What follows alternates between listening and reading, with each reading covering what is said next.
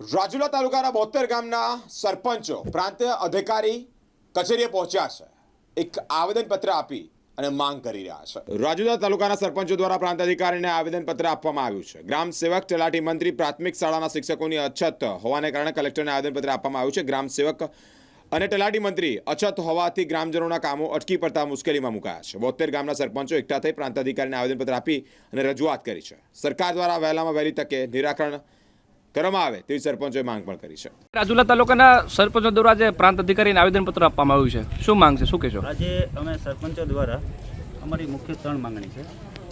પહેલી માંગણી ગ્રામ સેવકની, બીજી તલાટી મંત્રીની અને ત્રીજી શિક્ષકોની.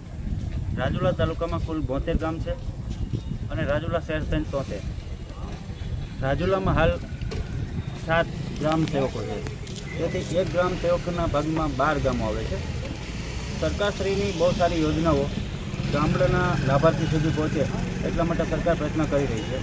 પણ ગ્રામ સેવકોની કમીને હિસાબે સહાયો માટે લોકોને તાલપત્રીની સહાય જોતી હોય, કોઈ બિયારણની સહાય જોતી હોય, રોટાવેટરની સહાય જોતી હોય, આવા નાના મોટા અનેક કામો હોય છે. તે સહાયો ગામડા સુધી ક્યારે પહોંચશે કે પૂરતા ગ્રામ સેવકો હોય છે.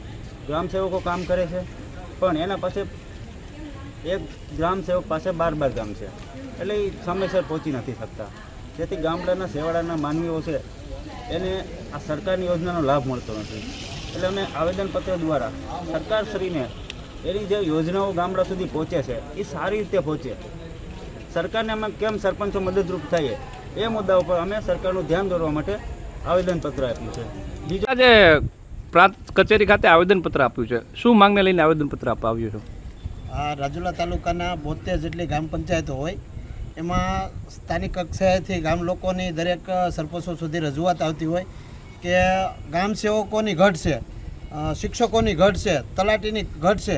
આવા અનેક મુદ્દાને લઈને ગામ લોકોની માંગણીને અમે વાસા આપવા માટે 72 ગામના સરપંચો વતી અમારું પરિષદ દ્વારા એક આવેદનપત્ર આપ્યું છે કે અમારી માંગણી એવી છે કે દરેક ગામમાં 2 ગામ દીઠ એક તલાટી છે. એમાં 3 ગામમાં થાય તો પણ ચાલશે. જે ઘટ છે તલાટીની, એ તલાટીની ઘટ પૂરી થાય, ગામ સેવકોની છે ઘટ પૂરી થાય. ગામ સેવકોની વાત કરીએ તો 72 તાલુકા વચ્ચે 6 ગામ સેવક છે હાલમાં. તો દરેક ગામ સેવક પાસે 10 ગામ છે તો કઈ રીતે પહોંચી વળવાના છે, જેથી કરીને ખેડૂતોના કામો થતા નથી. આવી અનેક મુશ્કેલી પડી રહી છે. જેથી અમારે સરપંચોએ નક્કી કર્યું છે કે સરકારશ્રી સુધી આ વાત પહોંચે અમારી, અને ડેપ્યુટી કલેક્ટરના માધ્યમથી અમારી વાત પહોંચાડવા માટે સરકારશ્રી સુધી એમને બાંહેધરી આપી છે. અને વહેલી તકે આ પ્રશ્ન અમારો સોલ્વ થાય એવી અમારી આશા છે. ને બીજી વાત અમારી શિક્ષકોની છે. દરેક ગામમાં 3-4 શિક્ષકોની ઘટ છે ગામ દીઠ. હવે શિક્ષક છે ગામના ગરીબ પરિવારના બાળકો ભણતા હોય છે. જે પાયાનું શિક્ષણ મળવું છે એ બરાબર મળતું નથી શિક્ષકોની ઘટને કારણે. એના લીધે જે પાયાનું ભણતર બગડે છે બાળકોને, એના માટે અમારી રજૂઆત છે. એ પણ માંગણી અમારી વહેલી તકે સ્વીકારવામાં આવે એવી અમારા જે પ્રશ્નો છે એ અમે આવેદનરૂપી સરકારમાં રજૂઆત કરી છે.